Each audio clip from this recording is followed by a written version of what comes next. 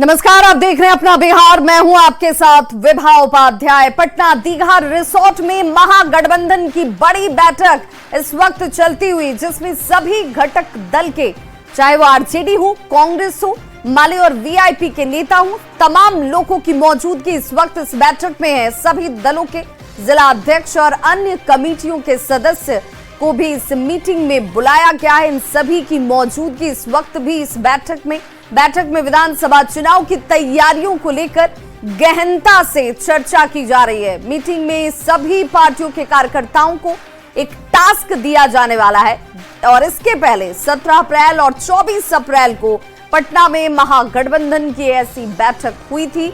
ये तीसरी बैठक और इस बैठक के जरिए आगामी विधानसभा चुनाव को लेकर रणनीति पर मंथन लगातार चलता हुआ घटक दलों के साथ।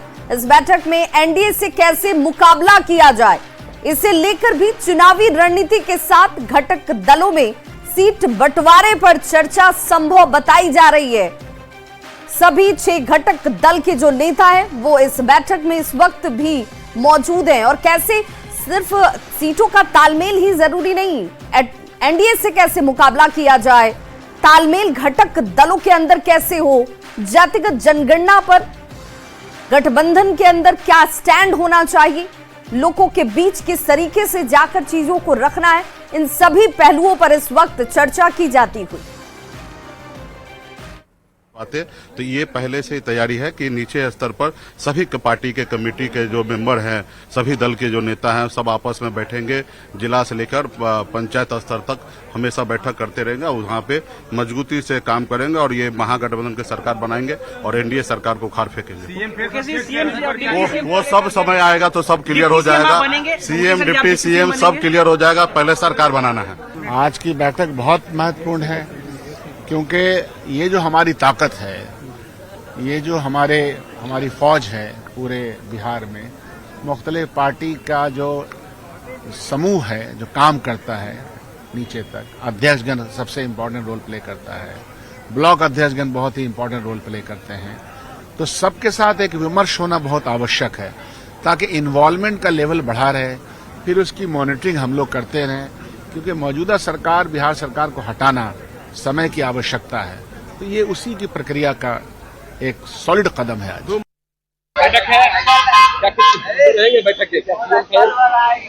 आज बैठक है और बैठक में आगे की प्रक्रिया, आगे की रणनीति चर्चा होगी और उस पर अमल किया जाएगा। गठबंधन की बैठक को लेकर राजनीति इस वक्त गर्म नजर आती है। एनडीए के नेताओं ने महागठबंधन की इस बैठक को नाटक करार दे दिया। उन्होंने कहा कि यह बैठक नहीं, ये एक नाटक है। साथ ही यह भी कहा गया कि विपक्ष के पास कोई मुद्दा ही अब बचा नहीं है, मुद्दा विहीन हो चुका है। माननीय प्रधानमंत्री मोदी जी के मास्टर स्ट्रोक जातीय जनगणना की घोषणा के बाद दरअसल इनके पास कोई मुद्दा नहीं बचा। ये असमंजस की स्थिति में है, इनके हाथ से तोते उड़ गए और चुनाव से पहले ही ये मैदान से बाहर हो गए हैं। ये अपराध पर झूठे आंकड़े प्रकाशित करते हैं, नौकरी रोजगार के विषय में झूठी बयानबाजी करते हैं, सबका भंडाफोड़ हो गया, ये मुद्दा विहीन हो चुके हैं। तो आज की बैठक में ये फिर से वही नीतियां बनाएंगे कि कैसे जनता में भ्रम फैलाया जाए। लेकिन तेजस्वी यादव जी, राहुल गांधी जी, बिहार की जनता आपके भ्रम जाल में अब नहीं फंसने वाली। पटना में आज होने वाली महागठबंधन की बैठक नाटक से कम नहीं है। इसमें शामिल तमाम घटक दल में कौन बनेगा सीएम को लेकर मारकाट की नौबत है, यह जानते हुए कि बिहार में सीएम पद की कोई वैकेंसी नहीं है और दूर दूर तक इसकी कोई उम्मीद भी नहीं है। संभावनाओं के इस खेल में सभी घटक दलों की माथापच्ची बेकार जाने वाली है। कांग्रेस के सुर और ताल अलग है तो राजद में सिर्फ डोवल की स्थिति है। आगे कर महागठबंधन में जिस प्रकार का माहौल क्रिएट कर रखा है, उससे तो यही लगता है कि महागठबंधन दलों का दलदल के रूप में आज उपस्थित है। वहां न तो कोई नेता है, न नियत है, न नीति है, न कार्यक्रम है, न संगठन है। सिर्फ दिखावे के लिए, लोगों को भरमाने के लिए और बिहार की जनता को ठगने के लिए इस महागठबंधन की बैठक का आयोजन किया जा रहा है। तो महागठबंधन की ये बड़ी बैठक इस वक्त पटना दीघा रिसोर्ट में चल रही है, जिसमें सभी घटक दल, आरजेडी, कांग्रेस, माले और वीआईपी के नेता की मौजूदगी है। सभी दलों के जिलाध्यक्ष और अन्य कमेटियों के सदस्य इस मीटिंग में शामिल हैं। बैठक में विधानसभा चुनाव की तैयारियों को लेकर मंथन किया जा रहा है। सभी पार्टियों के कार्यकर्ताओं को इस बैठक के जरिए ही टास्क दिया जाएगा कि भाई आप ग्राउंड पर जाएंगे, जाकर लोगों के बीच किस तरीके से महागठबंधन की सरकार बने, इसलिए जनता का भरोसा जीतेंगे। इन तमाम पहलुओं पर इस वक्त चर्चा की जाती हुई।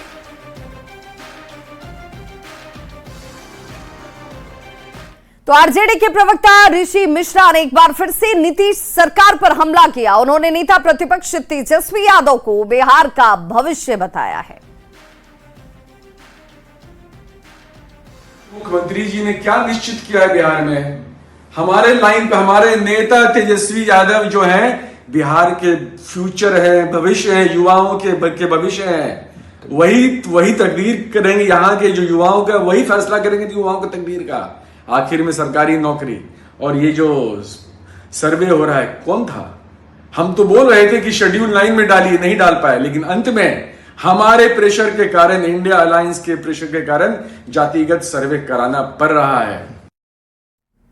और अब बात नीट यूजी की परीक्षा की। देश की सबसे बड़ी मेडिकल प्रवेश परीक्षा नीट यूजी आज आयोजित हो रही है। 2.5 लाख सीटों को लेकर यह परीक्षा, करीब 23 लाख परीक्षार्थी इस परीक्षा में शामिल होने वाले हैं और परीक्षा दोपहर 2 बजे से शुरू होगी। शाम के 5 बजे तक यह परीक्षा चलने वाली है। सुबह 11 बजे से परीक्षा केंद्र पर प्रवेश दिया जा रहा है और दोपहर 1:30 बजे तक परीक्षार्थियों के केंद्र तक पहुंचने का समय निर्धारित किया गया है। बिहार में कुल 142 केंद्र बनाए गए हैं, जिनमें 96 परीक्षा केंद्र बिहार में हैं और इसीलिए इन सभी परीक्षा केंद्रों पर चाक चौबंद सुरक्षा इंतजाम, जिसमें छात्र जो हैं वो इस नीट परीक्षा में शामिल होकर अपने लिए सुनहरा भविष्य की उम्मीद जरूर पाले हुए हैं और इसीलिए 5453 केंद्रों पर पूरे देश भर में यह परीक्षा का आयोजन किया जाता हुआ।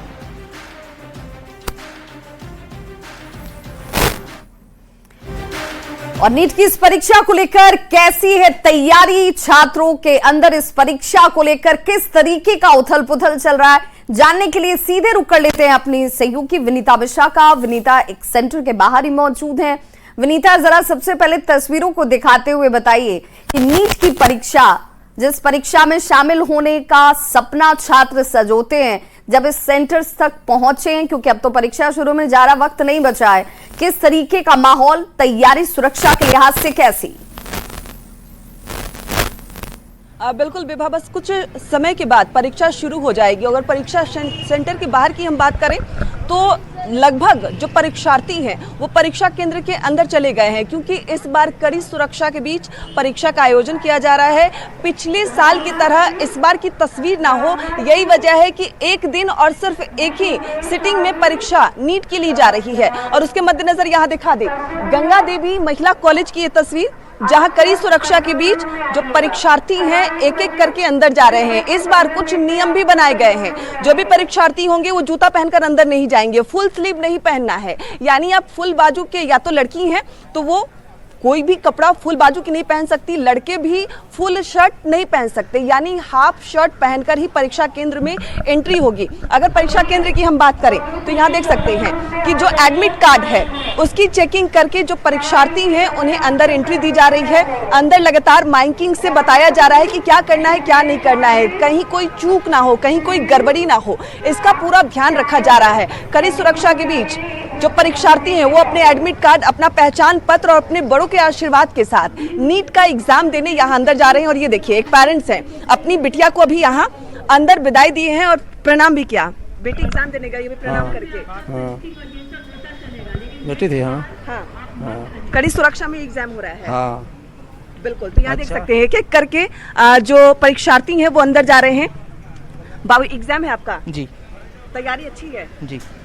तो ये देखिए, ये इस बार का ड्रेस कोड है, चप्पल, पैंट और हाफ टी शर्ट, लड़के हो या फिर लड़कियां हो सबके लिए यही ड्रेस कोड है। लड़कियां भी अगर सूट पहनती हैं तो उन्हें हाफ स्लीव ही पहनना होगा। और एक एक करके जो परीक्षार्थी हैं वो सेंटर के अंदर जा रहे हैं। दूसरी तरफ उनके जो पेरेंट्स हैं वो यहाँ खड़े इंतजार करते हुए नजर आ रहे हैं, क्योंकि बड़ा एग्जाम है, काफी टफ एग्जाम माना जाता है इसे। कहीं ना कहीं जो पेरेंट्स हैं उन्हें डर भी है सब कुछ अच्छे से हो जाए, एग्जाम अच्छे से हो। भैया क्या नाम है, इधर आइए। मेरा नाम अजीत कुमार हुआ। कौन दे रहा है? हाँ, मेरा भतीजा दे रहा है एग्जाम। सेंटर में हो गई? हाँ, हो गई है। क्या कुछ इस बार नियम लगाए गए हैं? वैसे वो उसको फुल शर्ट नहीं पहनना है और पैंट में जींस नहीं चलेगा, चप्पल पहनना है, जूता नहीं पहनना है। बिल्कुल जी। तो जींस भी अलाउड नहीं है, पैंट पहन के जाना है, हाफ टी शर्ट पहन के जाना है। और कई मम्मियां भी खड़ी हैं। आप लोग के बच्चों की एंट्री अंदर हो गई है? हाँ जी जी जी। कैसी तैयारी है? अभी तो फर्स्ट अटेम्प्ट है उसका, तो नर्वसनेस तो है, लेकिन थोड़ा देखिए क्या होता है। इस बार सिक्योरिटी काफी टाइट है। हाँ, पहले के अपेक्षा तो है इस बार तैयारी भी अच्छी है। तैयारी हाँ कर सकते हैं, पर भगवान जाने अब अच्छा लाए बस। बिल्कुल, भगवान जाने। और ये देखिए आज जो तमाम पेरेंट्स हैं कहीं ना कहीं थोड़ी टेंशन में भी है, परेशान है कि परीक्षा सिर्फ बच्चों की नहीं होती है, बच्चों के साथ अभिभावकों की भी एक तरीके से जैसे परीक्षा ही हो रही है। जितनी देर बच्चे अंदर परीक्षा देंगे उतनी देर अभिभावक बाहर इंतजार करते हैं। सुरक्षा इंतजामों के बीच इस वक्त इस परीक्षा के शुरुआत का इंतजार सिर्फ छात्रों को नहीं, अभिभावकों को भी है। बहुत बहुत शुक्रिया अवनीता इस तमाम जानकारी के लिए। सिवान में नीट परीक्षा की बात करें तो नीट यूजी की परीक्षा 10 केंद्रों पर होने वाली है और यहां पर 5446 परीक्षार्थी जो हैं वो कड़ी सुरक्षा के बीच परीक्षा देने वाले हैं। लीक प्रूफ परीक्षा के लिए 3 चरणों में जांच की जा रही है। सेंटर पर 11:30 बजे से ही छात्रों को एंट्री दे दी गई है, यानी 11:30 बजे से ही परीक्षार्थी जो है वो कतारों में खड़े होकर सेंटर के अंदर जांच कराकर अंदर जा रहे हैं और परीक्षा के सीसीटीवी कैमरे से निगरानी की जा रही है। पूरी गहनता के साथ हम लोग जिम्मेदारी के साथ जांच कर रहे हैं, हर एक चीज की जांच कर रहे हैं। जैमर वगैरह? जी, जैमर हर रूम में जैमर लगा हुआ है, हर रूम में सीसीटीवी लगा है, पूरे कैंपस में सीसीटीवी के अंडर में है हम सभी चीज। जी नहीं, बिल्कुल नहीं, कुछ भी, कोई ऑर्नामेंट्स नहीं ले जाना है, कुछ भी पेन तक नहीं ले जाना है किसी को।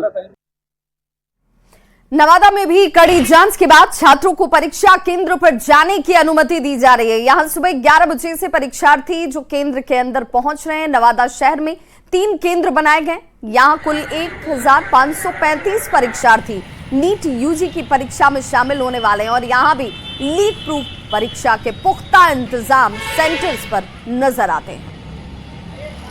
और वहीं गोपालगंज जिले की बात कर लें तो नीट यूजी परीक्षा को लेकर 7 सेंटर्स गोपालगंज में बनाए गए और सभी केंद्रों पर जैमर लगाया गया है। सुरक्षा के लिहाज से ये तमाम कदम उठाए गए हैं। दोपहर 2 से लेकर शाम के 5 बजे तक परीक्षा होनी है और इसलिए सीसीटीवी कैमरे से गहनता से निगरानी सेंटर्स में रखी जा रही है। गहन जांच पड़ताल के बाद परीक्षार्थियों को सेंटर के अंदर जाने की अनुमति दी जा रही है। संवाददाता गोविंद कुमार की रिपोर्ट देखिए। गोपालगंज में नीट यूजी की परीक्षा को लेकर प्रशासनिक स्तर पर तैयारियां पूरी हो चुकी है और परीक्षार्थियों के पहुंचने का सिलसिला भी शुरू हो चुका है। गोपालगंज में 7 केंद्रों पर नीट यूजी की परीक्षा का आयोजन होना है और 11 बजे से लेकर दोपहर के 1 बजे तक परीक्षार्थियों को प्रवेश मिलेगा, यानी कि 1 घंटे पहले परीक्षार्थियों को प्रवेश करना है और दोपहर के 2 बजे से शाम के 5 बजे तक नीट यूजी की परीक्षा का आयोजन किया जाएगा। तमाम अभ्यर्थी हैं वो इस वक्त परीक्षा केंद्रों पर पहुंचने लगे हैं और सुरक्षा बल के साथ साथ जो मजिस्ट्रेट हैं वो भी परीक्षा केंद्रों पर पहुंचने लगे हैं। गोपालगंज के डीएम प्रशांत कुमार सीएस ने कहा कि कड़ी सुरक्षा के बीच परीक्षा ली जाएगी। अच्छे से तैयारी किया है। हर बार पेपर लीक हो जाती थी, परीक्षा को रद्द करना पड़ता था, इस बार ईओयू भी एक्टिव है, क्या कहेंगे? इस बार मुझे लगता है कि लीक नहीं होगा। लीक नहीं होगा, अच्छे तरीके से एग्जाम हो। कहाँ से आए हैं आप? कटाया की तरफ से बोल रहे। क्या नाम है? सुमित्रा कुमारी। यह चूंकि पिछली बार नीट की परीक्षा में एक मुन्ना भाई पकड़ा गया था, तो ऐसे में गोपालगंज के डीएम के अलावा एसपी जो है वो लगातार इस परीक्षा केंद्र की मॉनिटरिंग कर रहे हैं और सभी केंद्रों पर सीसीटीवी के अलावा जैमर लगाए गए हैं। परीक्षा कड़ी सुरक्षा के बीच संपन्न हो इसको लेकर प्रशासन की पूरी टीम इस वक्त मुस्तैद है। गोविंद कुमार, न्यूज़ 18 गोपालगंज। अंतर्राष्ट्रीय क्रिकेटर ईशान किशन के पिता और जेडीयू नेता प्रणव कुमार पांडे को जेडीयू ने राजनीतिक सलाहकार अपना बनाया और इसे लेकर प्रणव कुमार पांडे ने पार्टी के प्रति अपना आभार जाहिर किया। साथ ही उन्होंने कहा कि जो भी जिम्मेदारी पार्टी के तौर पर मुझे दी गई है उसे मैं ईमानदारी से निभाऊंगा। उनसे बातचीत की न्यूज़ 18 संवाददाता आनंद अमृतराज ने। इस वक्त हमारे साथ मौजूद हैं अंतर्राष्ट्रीय क्रिकेट खिलाड़ी ईशान किशन के पिता प्रणव पांडे, जिन्होंने अपनी राजनीति की नई शुरुआत की है और जेडीयू ने राजनीतिक सलाहकार बनाया है। इस वक्त हमारे साथ मौजूद है। प्रणव जी, आपको एक नई जिम्मेदारी मिली है जेडीयू में, जेडीयू ही क्यों ज्वाइन किया है? देखिए, जेडीयू में हम बहुत पहले से थे भी। नीतीश जी की स्वच्छ छवि इसका सबसे बड़ा कारण है और मतलब जो उन्होंने हर वर्ग के लोगों के लिए जो किया है और उनकी जो पॉलिसीज़ रही हैं हम उसके हिमायती शुरू से ही रहे हैं और बहुत पहले से ही हम उनके साथ थे। इसलिए फिर हमको लगा कि वापस घर में ही लौटना चाहिए। तो जब हमने जेडीयू ज्वाइन किया तो बस यही सोच के सोचा कि यही पार्टी मेरे लिए सही रहेगी। तो अब आपको एक जिम्मेदारी मिली है राजनीतिक सलाहकार की, कैसे देखते हैं, क्या भूमिका रहने वाली है आपके आने वाले समय? देखिए, हमारी जो भूमिका, हम लोग तो पार्टी के सिपाही हैं और उसी तरीके से काम करेंगे। जो भी भूमिका दी जाएगी हम उसका निर्वहन करेंगे। और जैसे अभी एक भूमिका राजनीतिक सलाहकार की मिली है तो हम बहुत ऑनर्ड हैं कि मेरे ऊपर भरोसा करके मेरे राष्ट्रीय अध्यक्ष श्री संजय कुमार झा और प्रदेश अध्यक्ष श्री उमेश कुशवाहा ने हमें ये जिम्मेदारी दी है। तो हम कोशिश करें कि हम इनके भरोसे पर खरा उतरें। एक चर्चा ये भी है कि ईशान किशन के पिता विधानसभा चुनाव भी लड़ सकते हैं, आपकी इच्छा क्या है? देखिए, पार्टी ये जिम्मेदारी पार्टी तय करेगी। ये हम लोग इसमें नहीं बोल सकते हैं कि हमें लड़ना है या नहीं लड़ना है। अगर पार्टी को लगेगा वैसा और उसका कुछ डिसीजन होगा तो हम उस डिसीजन के साथ हैं। अच्छा, आप चूँकि आप जेडीयू में आ गए हैं और विधानसभा चुनाव होने वाला है, अगर पार्टी कहेगी ईशान किशन को पार्टी के लिए चुनाव प्रचार करने के लिए, तो कभी वो आएंगे ईशान किशन? अगर समय रहेगा और वो फ्री रहेगा अपने क्रिकेटिंग ड्यूटी से तो जरूर आएगा प्रचार करने के लिए।